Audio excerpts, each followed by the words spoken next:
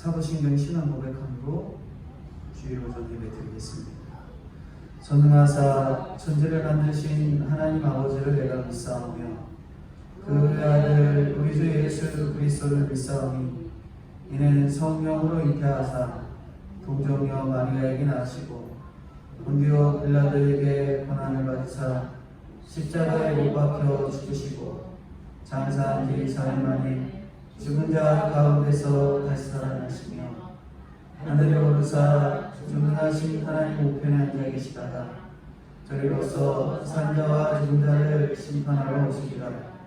성령을 믿사오며 거룩한 공예와 성도가 서로 통하는 것과 죄를 사하여 주시는 것과 몸이 다시 사는 것과 영원히 사는 것을 믿사옵나이다. 아멘. 교우들 사랑 가운데 지낼 수 있게 해주시고 이 시간에 다시 불러주시니 감사합니다. 아버지 하나님이시여 세상과 더불어 저희들이 살아갈 때 아버지 하나님이시여 세상을 책임지어 아버지 하나님을 보이려고 사랑하기가 너무 감사오니 아버지 하나님이시여 우리들의 죄를 용서해 주시고 저희들이 날마다 십자가의 여러분을 생각하고 아버지 저먼 곳을 향하여 아버지 앞에 기도하고 찬송하며 말씀을 사모하며 나갈 수 있는 아버지 하나님이시여 저희들이 다 되게 도와주시옵소서. 아버지 하나님이시여 지금 코로나 19로 인하여 온 교우들과 온 국민들의 마음이 정말로 아버지 하나님이시여 저하되어 있사오니 아버지 그 저하된 아버지 마음을 달래어 아버지 앞에 무릎 꿇고 더 기도할 수 있는 기회가 되게 도와주시옵소서. 아버지 하나님이시여 정말로 아버지 하나님이 이 시대를 들어볼 때 아버지 노아에 대하 너무나 불쌍합니다. 아버지 술 마시고 치우치고 아버지 하나님이시여 세상 향락에 빠져 아버지 하나님을 멀리하며 살아가는 저희들을 보다 못해 이러한 재앙을 주신 줄 믿사오니 아버지 하나님이시여 이 시기에 믿는 저희들이 주님과 동행하며 날마다 눈물로 쓰기도 하며 해결할 수 있는 아버지 기기가 되어서 이 코로나로 하루빨리 만날 수 있도록 아버지 하나님이시여 은혜를 내려주시옵소서. 사랑하시고 거룩하신 아버지 하나님 저희 그 중에서도 우리 동신교회를 사랑해 주시어 우리 목사님으로 통하여 귀한 말씀 날마다 생명의 말씀을 아버지 하나님이시여 들려주시니 감사합니다. 우리 목사님에게 은혜를 주시고 건강을 주시고 우리 교회들 교인들을 위하여 물씬 양모형으로 기도하고 아버지 안 걱정하신 그 마음을 이루어 주시고 우리 동신교회 교인들 날마다 주님을 사모하며 나아갈 수 있는 아버지 하나님이시여 시간들이 되게 도와주시옵소서. 어려움을 당하여서 서로를 위해 기도할 수 있게 하여 주시고 보이지 않는 모든 성도들이 날마다 아버지 하나님 앞에 엎드려 기도하는 줄 믿사오니 그곳에서도 하나님이 함께하여 주시고 어느 곳에 있더라도 주님을 사모할 수 있는 아버지 하나님이시여 시간이 될 수 있도록 도와주시옵소서. 사랑과 은혜가 풍성하신 아버지 하나님 이 시간에도 우리 적은 우리가 모였지만은 진정으로 하나님 앞에 예배할 때 이 예배가 아버지 앞에 상달될 줄 믿사오니 아버지여 은혜와 은혜 중에 은혜를 더하여 주시기만을 간절히 소망합니다. 사랑하시고 거룩하신 아버지 하나님이시여 기간을 지켜주시고 아버지 하나님이시여 말씀으로 통하여서 하나가 되게 하여 주시옵소서. 나는 부축합니다. 우리 주님께서 하여 모든 것을 알고 통찰하여 주실 줄 믿사오며 날 보내신 예수님의 이름으로 기도드리옵나이다. 아멘. 마태복음 19장 13절부터 26절까지 전부 다 제가 공독해드리겠습니다. 그때 사람들이 예수께서 안수하고 기도해 주심을 바라고 어린아이들을 데리고 오매 제자들이 꾸짖거늘 예수께서 이르시되 어린아이들을 용납하고 내게 오는 것을 금하지 말라. 천국이 이런 사람들의 것이니라 하시고 그들에게 안수하시고 거기를 떠나시니라. 어떤 사람이 주께 와서 이르되 선생님이여 내가 무슨 선한 일을 하여야 영생을 얻으리이까. 예수께서 이르시되 어찌하여 선한 일을 내게 묻느냐. 선한 이는 오직 한 분이시니라. 내가 생명에 들어가려면 계명들을 지키라.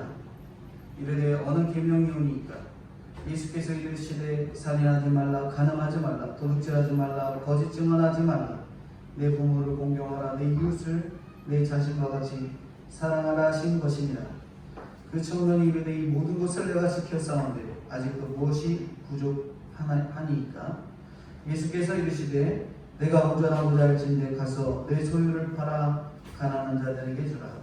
그리하면 하늘에서 보화가 내게 있으리라. 그리고 와서 나를 따르라 하시니 그 청년이 재물이 많음으로 그 말씀을 듣고 근심하며 가니라. 예수께서 제자들에게 이르시되 내가 진실로 너희에게 이르노니 부자는 천국에 들어가기가 어려우니라. 다시 너희에게 말하노니 낙타가 바늘기로 들어가는 것이 부자가 하나님 나라에 들어가는 것보다 쉬우니라 하시니 제자들이 듣고 몹시 놀라 이르되 그렇다면 누가 구원을 얻을 수 있으리까? 26절 같이 한 목소리로 읽어보겠습니다. 26절입니다.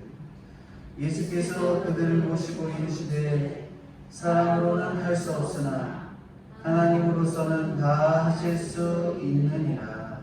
아멘. 마태복음 19장 13절부터 26절까지 거룩을 선택하면 행복하다라는 내용으로 본문을 전해드리려고 합니다. 어제 그제 계속 그러한 뉴스가 나왔는데 교회에서 찬송 부르는 것도 제한이 되고 소그룹 모임도 제한이 되고 이게 정부의 지침으로 이렇게 나왔어요. 그래서 지침을 잘 따라야겠구나 하는 생각을 했습니다. 다른 한편으로는 어떻게 생각했냐면 저희가 그동안 너무 편안하게 예배를 잘 드리고 있었구나 그런 생각이 또 들었고요. 다른 한편으로는 예배 드리는 것을 제약받는 북한이나 종교를 제약받는 기독교가 제약되는 그런 국가에서 신앙생활하는 그들이 얼마나 힘들고 고통스러울까 그런 생각도 해보게 되었습니다. 우리가 얼마나 거룩함을 하나님 앞에 유지하지 못하고 신앙생활하고 있었는지 저희들의 그 삶의 모습을 회개하는 귀한 계기가 되어야 될 것 같습니다. 여러 가지 뉴스를 통해서 우리가 보면은 여러 비리와 여러 얽혀서 등장하는 사람들을 보게 됩니다.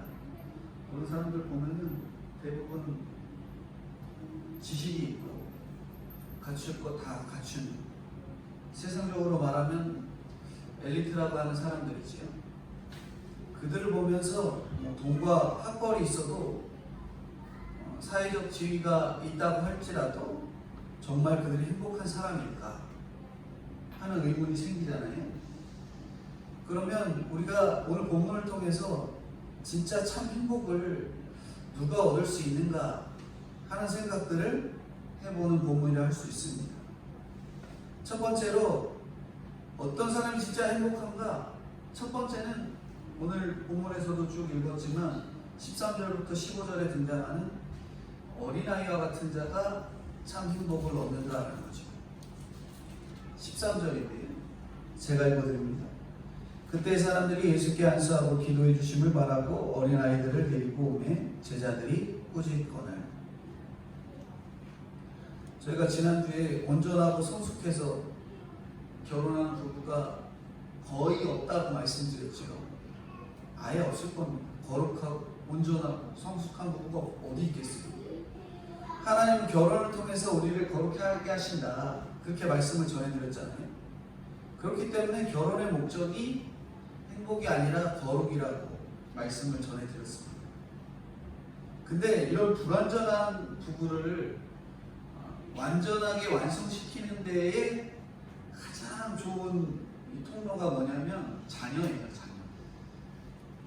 저희가 수요 예배 때 아브라함이 이삭을 하는 그 과정들을 통해서 하나님 앞에 준비가 되는 여러 훈련들을 살펴본 바도 있는데 이 불완전한 부부에게 완전하게 가도록 인도하는 축복의 통로가 바로 자녀라는 거예요. 사람들이 예수님이 자기 자녀를 안수해주고 기도해달라고 하면서 예수님한테 달려오잖아요.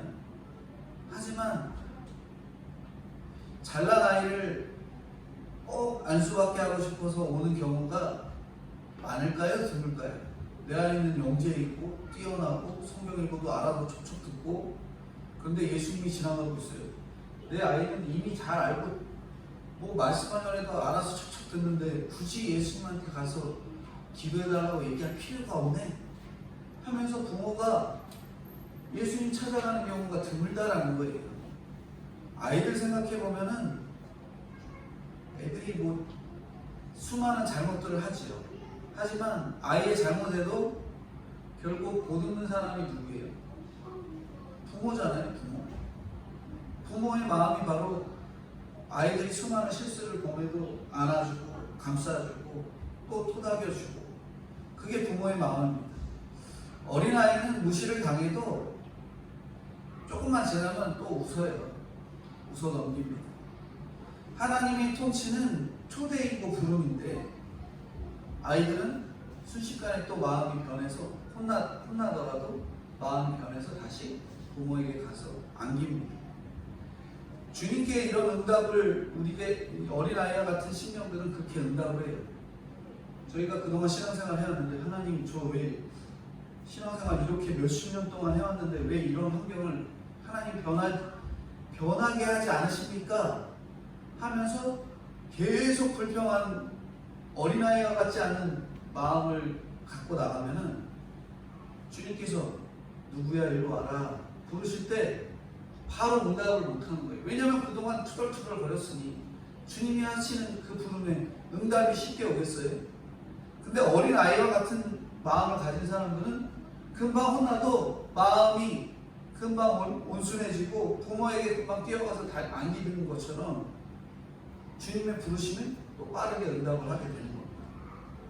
단순하고 잘 웃고 무시당해도 금방 잊어버리고, 그렇게 엄마 품으로 달려드는 게 자녀들이 이렇다는 거예요. 그런 자녀를 데리고 예수님께 오늘 본문에 데리고 왔다 말하는 거예요. 그런 자녀를 데리고 예수님 앞에 나왔다. 근데 제자들이 뭐라고 해요? 제자들이 꾸짖는 거예요. 시끄럽고 예외 방해되고 까분 아이들 데리고 온 거 꾸짖는 거죠. 먼저 믿고 제자로서 훈련도 잘 받은 이 제자들이죠. 근데 이 사람들이 어린아이를 꾸짖습니다. 아이들이 공부 안 한다고 꾸짖고, 교회 간다고 꾸짖고, 교회 가서 기도 안 하고 친구들하고 논다고 꾸짖습니다. 교회 와서 아이들이 장난치고 사고 치면 크게 나무라는 사람들이 있어요. 바로 이런 제자들이죠. 아이들이면 조금 실수를 할 수 있습니다. 창문 닫아야지.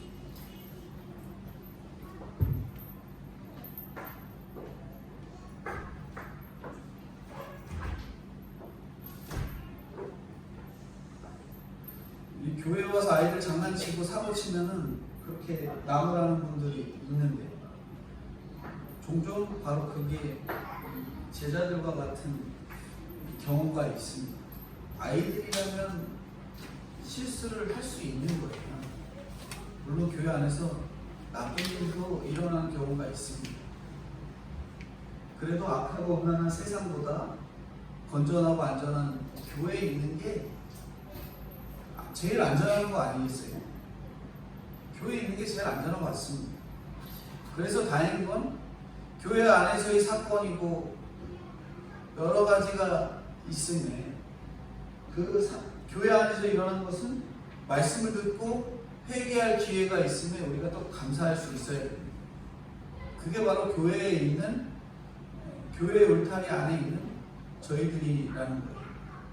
14절인데 14절 한번 읽어주세요. 예수께서 이르시되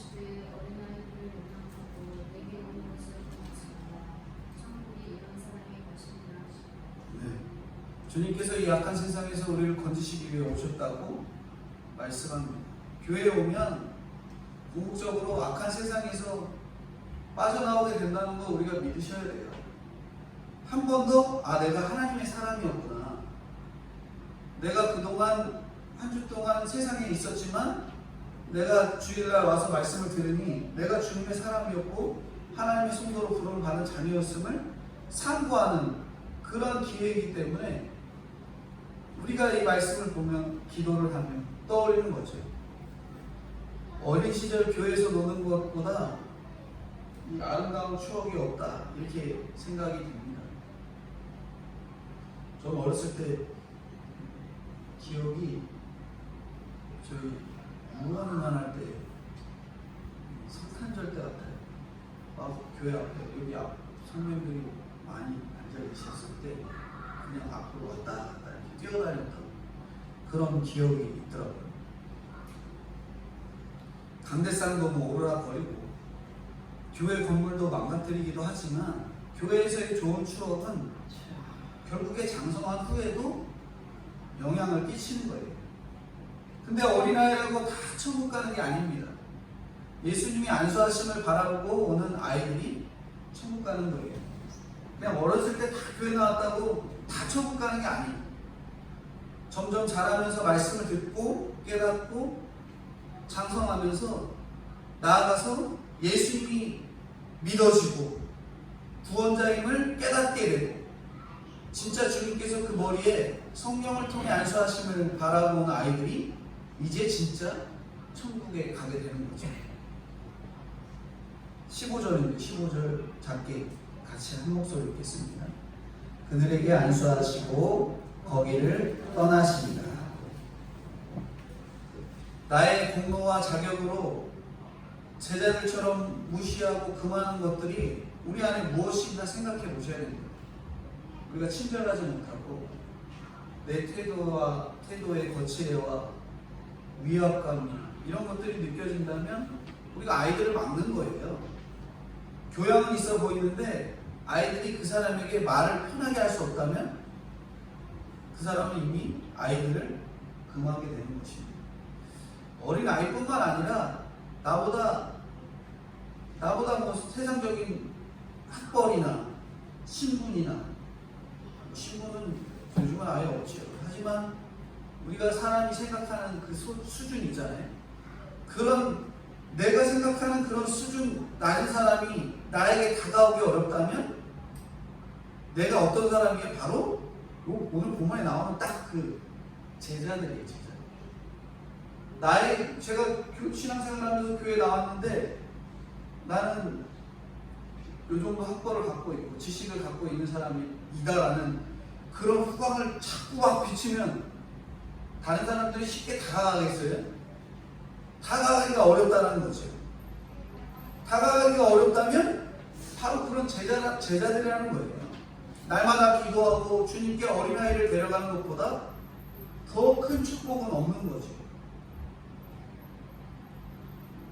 어떤 책에 이런 내용이 써 있어요. 성공하는 사람들의 이 공통점은 IQ, 지능 발달, 지능이죠. 지능 IQ. 그리고 EQ는 뭐냐면 감성 지수. IQ나 EQ가 높은 사람보다 SQ인데 SQ는 바로 사회 지수. 사회 지수가 높다라는 거예요. 성공하는 사람들이 대부분이 사회 지수가 높다라는 거죠. 사회와 기업은 결국 상대방의 귀를 기울이고 애정 어린 시선으로 문제를 지적하는 사람이 필요로 하기 때문에 그런 사람을 뽑는다는 거예요. 그런 사람이 성공한다는 거죠. 사회 지수가 높은 사람은 대인관계를 정말 진실하게 맺는 사람들이죠. 머리나 감성으로만 사람을 냈다가는 정말 성공하기 힘들다는 거예요. 때로는 듣기 싫은 사람의 이야기도 들어야 되는데 이것이 사회생활에서의 유익이 되는 겁니다. 학벌이나 뭐 IQ나 EQ보다 더 중요한 것은 사회지수라는 거예요. 그래서 뉴스에서 이런 기사가 늘 본 적이 있는데 어떤 사람이 2년 동안 양말을 팔다가 대기업에 들어갔는데 그 회사에서 이 명문대 출신을 제외하고 가장 인정받는 사람이 이 양말 팔던 사람이 되었다는 거예요. 이게 바로 사회생활로 인해서 사회지수가 높아지는 까닭 때문에 그렇습니다.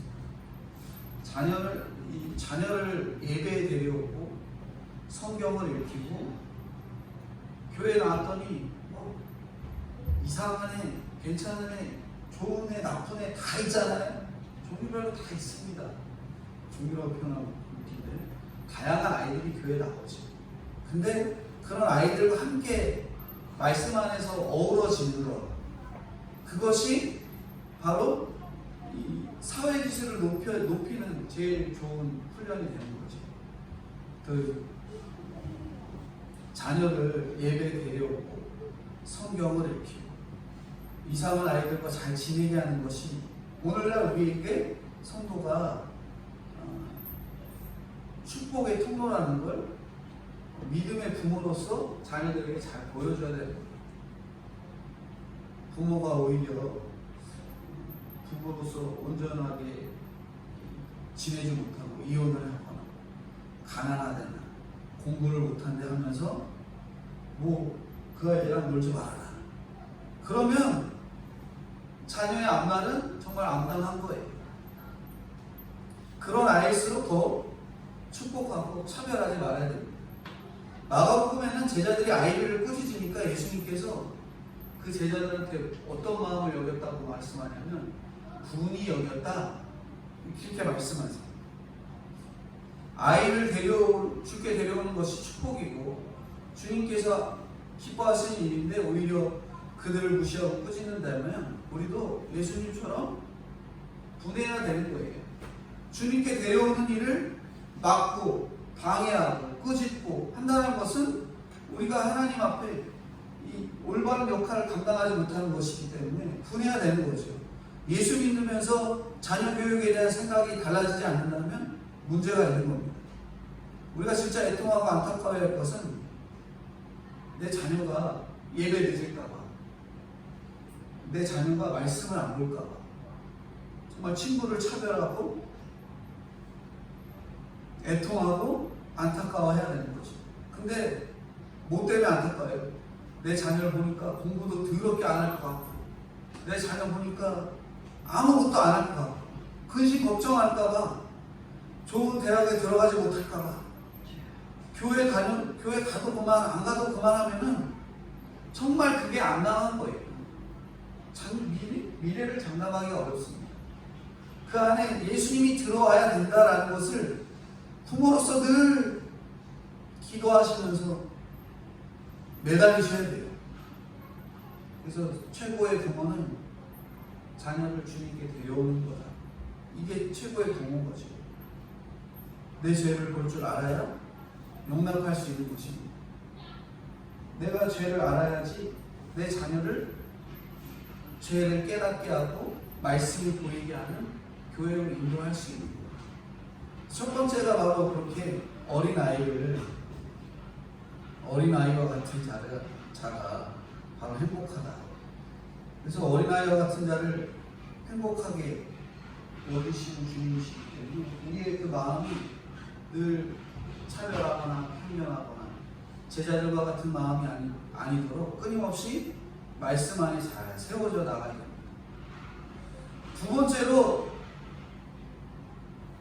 두 번째로 말씀하는 것은 행복하기 위해서 내가 예수님이 이 삶의 주인으로서 인정이 돼야 정말 행복이 됩니다. 16절부터 등장한 사람은 우리가 잘 알고 있는 부자 청년이에요. 부자 청년. 16절인데 제가 읽어드리겠습니다.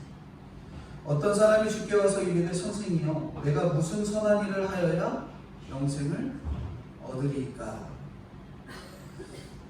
어린아이를 영접한다는 것은 힘든 사람을 대우하고 그 사람을 예수님으로 여기는 건데 그런 사람이 영생을 얻고 행복을 얻습니다.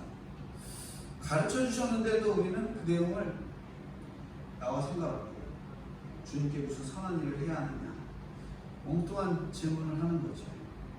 오늘 본문에 나오는 이 부자 청년, 오늘 본문에는 그냥 어떤 사람이라고 얘기하는데 이 사람은 다른 복음서에는 부자 청년으로 이렇게 기록이 되어 있습니다.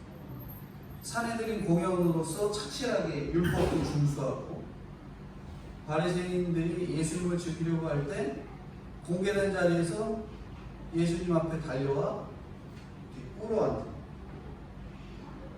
이러한 청년은 예수님과 같은 나이의 청년으로 겸손해 보이지요. 겉으로 보면 신앙의 연륜이나 겸손함까지 갖추고 게다가 질문을 보니까 영생에도 관심을 갖고 있잖아요. 근데 주님이라고 하지 않고 뭐라고 얘기해요? 찾아와서 선생님이요 그러죠. 주님 하고 내 주인 되시는 주님이라 이야기하지 않고 선생님 하고 나옵니다. 예수님을 삶의 주인으로 두지 않고 돈과 지위, 학력을 그대로 누린 채 영원히 살고 싶다라는 그의 모습이 고스란히 표현된 것이 바로 주님이 아니라 선생님이라고 하는 그 말에서 담겨져 있다는 거예요. 그리고 17절에 가면 17절 한번 읽어주시겠습니다. 예수께서 이르시되 어찌하여 선언이를 내리느냐 선언이가 오직 한 분이시다. 네가 생명에 들어가려면 계명들을 지키라. 네. 부자 청년이 스스로 선하다고 하니까 예수님께서는 선하님은 오직 누구라고 해요? 한 분. 한 분이시다. 오직 하나님 한 분이시다라고 말하죠. 하나님의 계명을 지키는 것이 중요하다. 네가 아무리 선하다고 여겨도 그래도 그 말씀을 잘 지켜라. 인간의 힘으로는 누구도 선할 수 없다는 것을 예수님께서 말씀해 주시고요. 18절에 그런데 18절에 제가 읽어드리겠습니다. 이르되 어느 계명이 오니까 예수께서 이르시되 살인하지 말라, 간음하지 말라, 도둑질하지 말라, 거짓 증언하지 말라, 내 부모를 공경하라, 내 이웃을 내 자신과 같이 사랑하라 하신 것이니라. 청년은 참 보면은 질문하면서도 좀 깨달아라 하면서 말을 했는데도 깨닫지 못하고 그럼 뭐예요? 또 뭐예요? 또 뭐예요? 그러면 참 암담하죠. 그러면서 뭐라고 했노? 그럼 어느 계명 지켜야 되는 거예요? 저는 다 지켰는데요? 이렇게 말하고 있는 거예요. 그리고 19절에 하나님에 대한 계명인 4계명까지 사내들인 공연이었던 이 부자 청년이 잘 지켰습니다. 헌금도 주일 성수도 잘했습니다. 근데 인간의 의무에 대한 계명을 소홀히 했기 때문에 예수님은 5에서 10까지 10에서의 계명을 언급하는 거예요. 미워하기만 해도 뭐예요? 살인이죠. 의욕을 가지기만 해도 간음입니다. 또 살면서 도적질은 수도 없이 하죠. 하나님의 시간, 하나님의 재물, 하나님이 주신 감정을 끊임없이 내 마음대로 도적질하지 않아요. 부모를 공경한다고 하지만 하나님 모르면 진정으로 공경할 수 있는 거예요, 없는 거예요? 없는 거잖아요. 이 중에 하나라도 안 걸리는 사람이 없다라는 거예요. 그걸 말씀하고 있습니다. 20절입니다. 20절 같이 읽겠습니다. 그 청년이 이르되 이 모든 것을 내가 지켰사온데 아직도 무엇이 부족하니까. 성경을 알아도 영적인 지식이 없으니까 이단이 난무하고 복음이 변질되죠. 로마서 3장 20절에 보면 그러므로 율법의 행위로 그의 앞에 의롭다 하심을 얻을 죄가 없나니 율법으로는 죄를 깨달음이니라 이렇게 말씀했는데 청년은 죄에 대한 개념이 없다. 저 다 지켰는데요. 저는 죄 지은 구역 없는데요. 죄랑은 저랑 상관없는데요. 하고 나가는 겁니다. 인간의 본질상 진노의 자녀이고 육체와 마음이 원하는 대로 산다고 했는데 그러려면 재물이 필요하죠. 그렇게 살려면 재물이 필요하잖아요.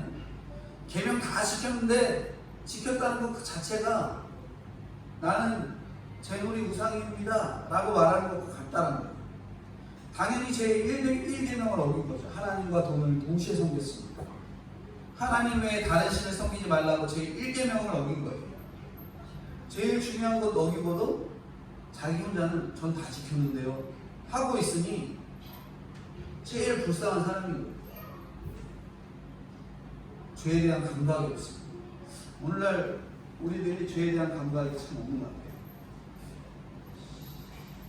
우리가 정치적인 성향이 있고 내가 생각하는 내 의의가 있기 때문에 내 의의에 맞지 않는 사람들 보면 속으로 어떻게 해요? 끊임없이 욕하잖아요. 내 정치적인 성향하고 맞지 않는 정치인들 보면 속으로 어휴 저거 꼴보시네 그런 얘기하고 또 내 수준에 맞는 일들을 다른 사람이 나에게 하지 않으면 속으로 굉장히 기분 나빠요. 저는 어떤 의미가 있었냐면 제가 수요일날 잠깐 못 들었는데 사람이 상식을 지켜야 된다 그런 거에 사로잡혀 있어요. 그래서 수요일이죠. 수요일 아침에 저희 집에 인터폰이 쭉 오더니 경비실에서 하는 말이 차 좀 빼주세요. 그런 거예요. 차를 제가 다른 사람이 나가지 못하게 대놓은 적이 없거든요. 그래서 뭐 때문에 그러지 뭐 이사 가는 건가? 그런 마음에 차 번호가 뭔가요? 물어봤어요. 그랬더니 차 번호요? 그러더니 차 번호 모른다는 거예요. 아니 몇 동 몇 호에 전화해놓고 차 번호도 얘기하지 않으면서 차를 빼달라는 거예요. 그래서 몇 동 앞에 차 대져 있나요? 그랬더니 거기 어디예요? 그랬더니 7동이에요. 저는 2동에 사는데 저는 2동에 사는데 7동 앞에다 저는 차 댄 적이 없는데요. 그렇게 얘기를 했죠. 그랬더니 갑자기 아저씨가 아무 말도 안 하시더니 인터폰을 딱 끊으시는 거예요. 그래서 뭐지? 잘못하신 건가? 제대로 한 건지 생각이 딱 들다가 잘못했으니까 그냥 끊으셨겠죠. 근데 속으로 든 생각이 뭐냐면 잘못했으면 미안하다고 하고 끊든지 왜 이렇게 그냥 끊어버리시고 아침부터 전화해갖고 차 빼주세요 소리 지르듯이 전화하시더니 왜 그러실까? 그게 한번 딱 생각이 스쳐 지나가니까 계속 생각이 나요. 왜 미안하다 안 했을까? 왜 그것도 안 했을까? 이게 계속 지나가는 거죠. 근데 제가 아는 분이 그런 얘기를 하시더라고요. 아파트에서는 경비 업체를 두 부류를 쓴대요. 한 부류는 경비 교육을 받은 분들을 정비직으로 채용해서 돌아가는 로테이션으로 직원을 쓰시는 분들이 있는가 하면 아파트 자체에서 그냥 경비 뽑아서 쓰는 경우가 있대요. 근데 경비 업체에서 쓰는 데는 매달 경비의 교육에 대한 교육을 잘 받는데요. 그래서 실수를 하면 미안하다고 자기가 교육을 받고 전화를 했으면 뭐 이러이러해서 전화해달라고 연락을 하고 다 그런 교육을 받는데 그냥 아파트에서 뽑는 경비업들은 그런 교육을 아예 안 받는다는 거죠. 그런 얘기를 딱 해주시니까 아 이분이 교육을 따로 안 받는 분이니까 이렇게 표현할 수 있고 이렇게 얘기하다 끊을 수 있구나. 그게 이게 와닿는데 항상 머릿속으로 와닿는 건 우리 상식적으로 실수하면 미안하다고 하고 끊어야 왜 그렇게 안 하냐. 그런 것들이 자꾸 머릿속에 스쳐가니까 제 의의나 제 생각이 이미 자리를 딱 잡고 있으니까 다른 사람에 대한 정죄감이 계속 부글부글 끓어오르는 거죠. 우리가 항상 그렇습니다. 내 수준에 맞는 그런 것들을 다른 사람들이 맞춰서 해주지 않으면 우리는 속으로 어떻게 해요? 으이구 저 수준밖에 안 돼. 으이구 저 수준밖에 안 돼. 그러면서 우리가 속으로 정죄하는 경우가 굉장히 많잖아요. 제가 그렇게 한 주 동안 보냈던 것 같습니다. 우리가 누구나 하는 실수가 내 수준에 맞지 않는 행동을 취하는 사람들을 보면 정죄하는 그런 모습들을 취할 때가 있다는 거죠. 오늘 본문에 나오는 부자 청년은 자기 속으로 나는 이거 다 했는데 왜 천국에 못 들어가고 왜 영생에 대한 교훈을 얻지 못합니까? 라고 질문하는 것과 마찬가지인 거예요.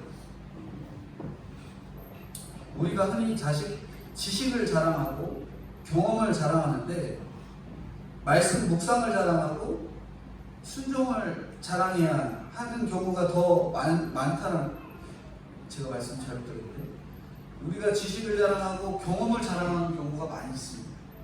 하지만 우리가 실질적으로 자랑해야 될 것은 말씀을 자랑하고 말씀 묵상하는 걸 자랑하고 기도하는 것, 순종하는 것, 그것들을 자랑해야 되는 거죠. 온전히 변하지 않는 채 건성으로 회개하고 흉내내는 것에만 그치고, 우리가 두려운 마음으로 우리의 그런 모습들, 껍데기만 순종하려 하고 껍데기만 나아가려는 그런 모습들을 두려운 마음으로 계속 돌아봐야 됩니다. 청년은 자기 속에 있는 죄를 보지 못하고 자기 부인이 없이 자기 만족으로만 그렇게 봉사했던 사람이에요. 그러니까 내가 부족한 게 뭐냐고 그러는 거죠. 내가 몇십 년 동안 신앙생활에 헌금도 꼬박꼬박해, 교회 가서 봉사활동 열심히 해. 근데 나한테 부족한 게 뭡니까? 그렇게 묻는 거예요. 교회 생활 잘하고 부모에게 잘하고 친구들 많고 나 싫어하는 사람 아무도 없는데 내가 뭘 잘못했습니까? 따져 묻는 거죠. 근데 그 처방으로서 21절에 주님께서 말씀하고 21절 한번 읽어주시겠습니다. 예수께서 이르시되 내가 온전하고자 할진대 가서 내 소유를 팔아 가난한 자들에게 주라. 그리하여 하늘에서 보화가 내게 있으리라. 그리고 가서 나를 따르라 하시니. 네. 여기 주님이 내리신 온전한 사람이 되기 위한 처방은 뭐냐면 소유를 팔아서 뭐 하라고요? 가난한 사람한테 줘라. 딱 그 청년에게 하는 말이 너 재물에 대해서 미련 두지 말아라. 이렇게 말하는 거예요. 예수님이 청년이 미워서가 아니라 사랑해서 다 주라고 한 겁니다. 너 거지처럼 한번 살아봐라. 이렇게 말하는 게 아니에요. 주님은 소유를 다 팔아서 나누라고, 재물에 대한 미련을 단번에 끊고 주님을 따르라고 그렇게 말씀해 준 거죠. 결단하라, 와라, 따르라 하신 것은 주님이 성화되는 과정을 책임지고 인도하시겠다. 너 돈 없어도 너 영생 얻도록 내가 하겠다. 그렇게 인도하시겠다라는 뜻이에요. 주라고 명령하신 뒤에 보화가 있으리라 이렇게 약속하십니다. 그리고 따르라고 정확하게 해야 할 일들을 알려주셨는데 재물과 하나님을 겸해서 섬길 수 없다는 거죠. 나의 부족을 가르치고 처방을 주시는 주님께 우리는 감사해야 돼요. 어려운 형편 감사해야 되죠. 오늘 이 상황, 코로나의 상황에서도 성도는 감사해야 됩니다. 주님을 찾고 부르짖을 수 있는 기회가 되기에 감사해야 되죠. 질병을 줘서 감사해야하는 얘기가 아니라 내가 하나님을 더 찾을 수 있었음에 감사하는 말이에요. 간혹 교회에서 코로나 주셨으면 감사합니다 이런 얘기하면은 그 말의 근본적인 이유를 못 깨닫고 교회들은 코로나 주셨으니까 감사된다 이런 얘기하는 사람들이 있다라는 거예요. 우리가 왜 감사해요? 감사하는 건 그냥 주님 찾을 수 있는 기회가 됐기 때문에 감사하다는 얘기지, 엉뚱하게 질병이고 뭐고 다 주셨으니까 감사하다 이런 오해로 신앙생활하는 사람들이, 오해로 나가는 사람들이 있습니다. 그래서 간혹 전혀 말귀를 못 알아듣는 사람들이 있다라는 거예요. 그리고 제대로 신앙생활하지 못하면 그게 뭔 말인지 또 못 알아듣는 거죠. 22절인데요. 22절 같이 읽겠습니다. 그 청년이 재물이 많으므로 이 말씀을 듣고 근심하여 가니라.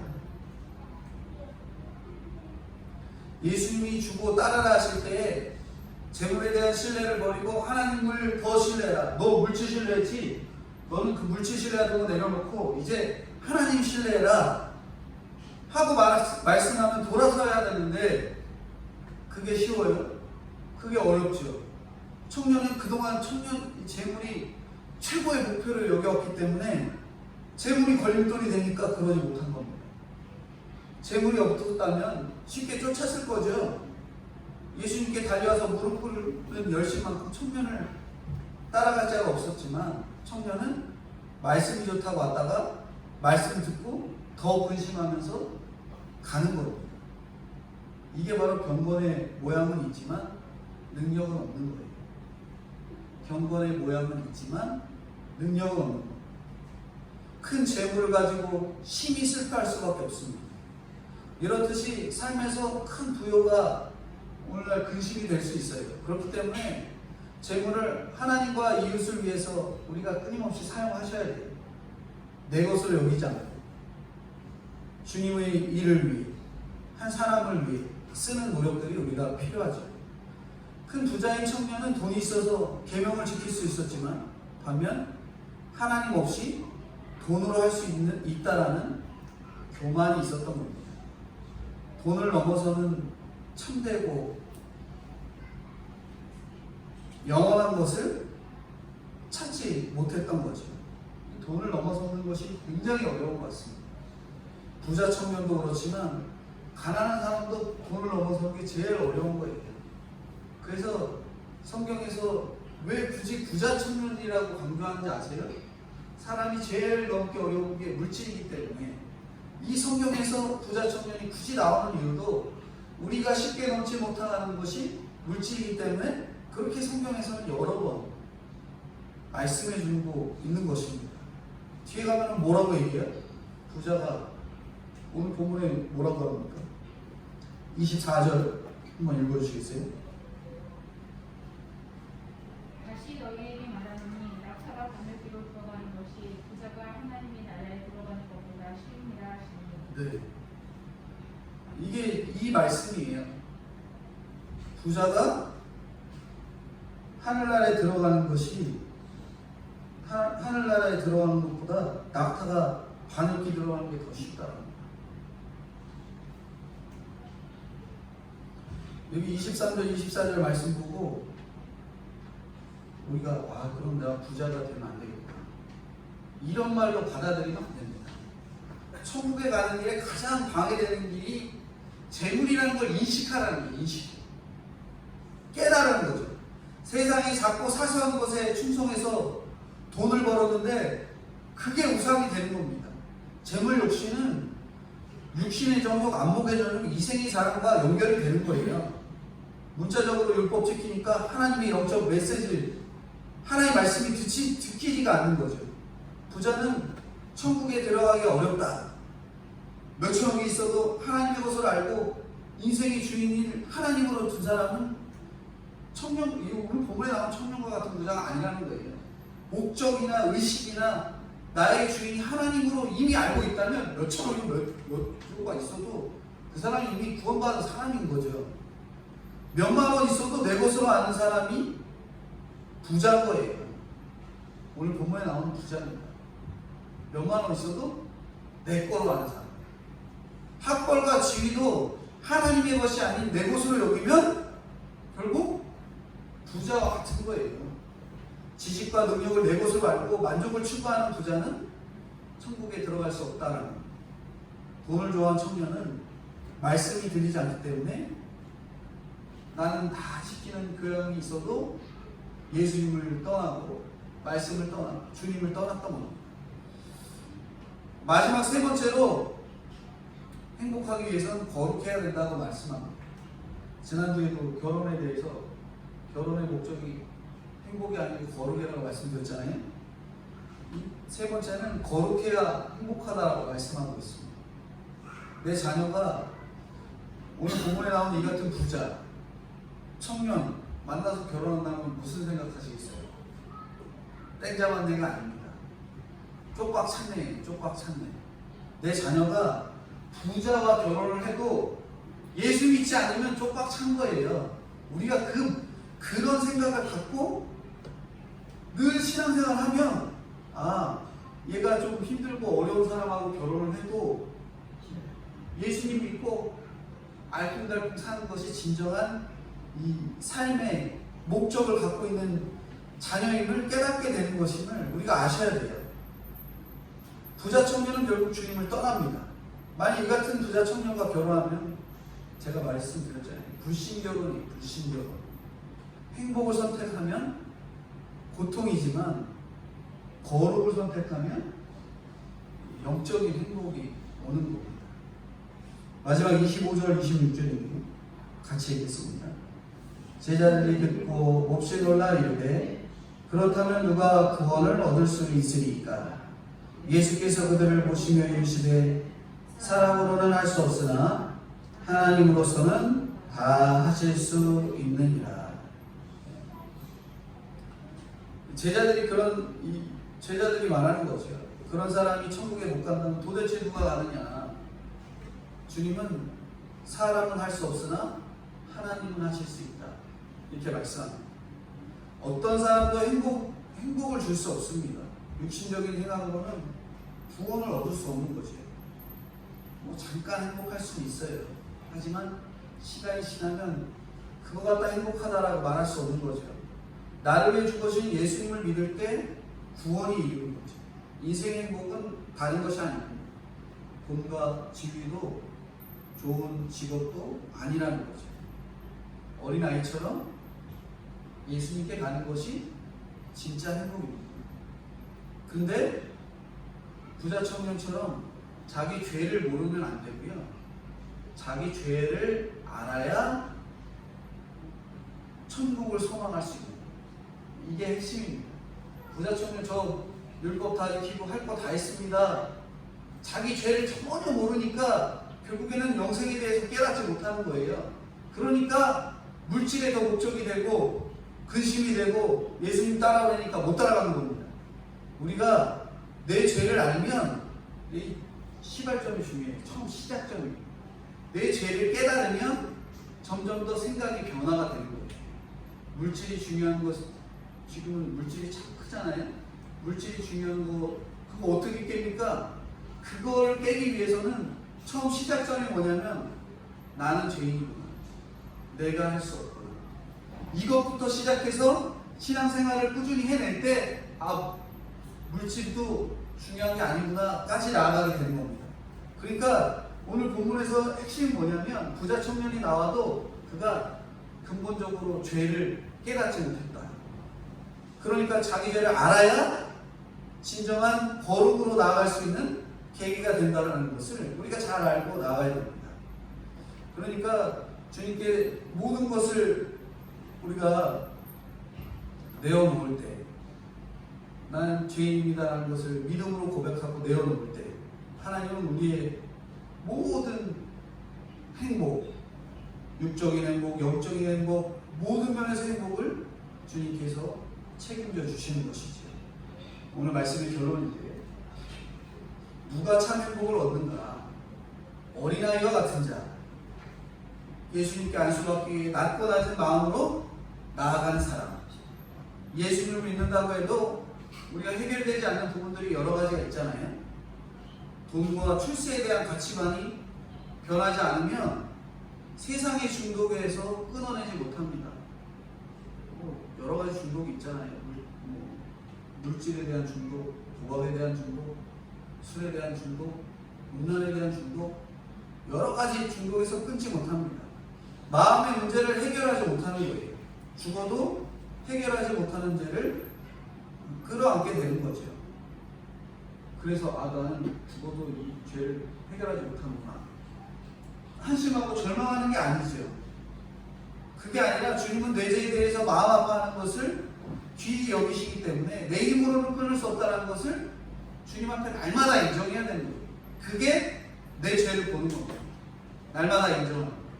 제가 하려고 하니까 도저히 되지 않습니다.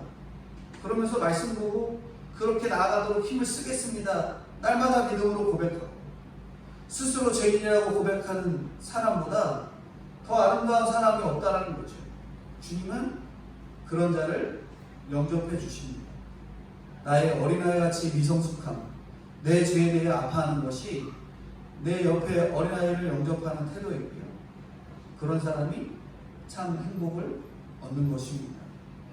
자녀를 주님께 데려와서 기도하는 것이 오늘날 믿는 성도로서의 최고의 부모가 되고요. 죄를 고백하는 믿음이 성도들보다 아름다운 교회는 없고요.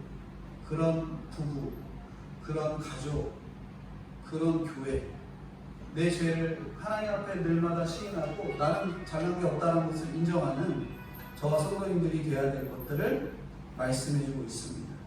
기도하겠습니다. 거룩하시고 은혜가 풍성하신 하나님 아버지, 저는 제자들처럼 너무 부족해서 예수님의 안수하심과 기도하심을 따라 바라면서 나오는 사람들을 보면 저 사람은 이게 못했고 저 사람은 저게 안 됐고 꾸짖는 죄인임을 하나님 앞에 회개합니다. 주님 불쌍히 여겨주시고 내 안에 있는 정죄감으로 다른 사람들을 보지 않게 하시고 오로지 내가 먼저 죄인임을 인식하고 하나님 앞에 회개하여 진정한 거룩으로서의 변화, 그리고 하나님 앞에 믿음으로 변화되어 참 행복을 누리는 저와 성도님들 될 수 있도록 은혜로 함께 해주시고 인도해 주옵소서. 하나님, 기도하는 것은 이 코로나 문제와 차별금지법과 낙태법이 오늘날 우리 성도에게 더 기도하고 간절히 매달리라는 주님의 뜻인데, 그냥 이거 하면 안 됩니다, 저거 하면 안 됩니다, 구렁이 담 넘듯이 넘어가는 사건들이 옴에도 불구하고 그냥 강 건너 불 구경하는 것처럼 기도하지 못했던 저희들의 모습들을 하나님 회개하오니 불쌍히 여겨주시고, 하나님의 뜻이 방해되는 그 주님의 온전한 뜻과 반하는 세상의 법들이 세워지지 않도록 주님 은혜로 불쌍히 여겨주시고 인도해 주옵소서. 그렇게 기도함으로 매달릴 때 코로나 문제나 차별금지법의 문제나 낙태법의 문제가 하나님께서 기뻐하시는 뜻대로 해결되기를 간절히 바라오니 주님 은혜로 함께하여 주시고 인도해 주옵소서. 사랑하는 저희 동식교회 성도님들에게도 은혜를 더하셔서 여러 가지 상황과 형편에 따라 예배드리는 일이 제약이 많이 되고 있습니다. 주님 불쌍히 여기사 여러 가지 상황 속에서도 하나님 앞에 매달리며 기도하는 일 게을리하지 않도록 도와주시고, 여러 가지 상황 속에서도 하나님을 바라보는 일에 조금도 흘리지 아니하고 갖추어 나아가는 데 어려움 없도록 주님 도와주시옵소서. 감사드리오며 거룩하시고 은혜가 풍성하신 예수님의 이름 받들어 기도드리옵나이다. 아멘. 기도하겠습니다. 지금은 우리 주 예수 그리스도의 은혜와 아버지 하나님의 무한하신 사랑하심과 성령님의 교통감화 인도하심이 하나님 앞에 거룩을 선택함으로 믿음으로 행복해지는 저와 동식교회 성도님들의 머리 위에 영원토록 함께 계실지어다. 아멘.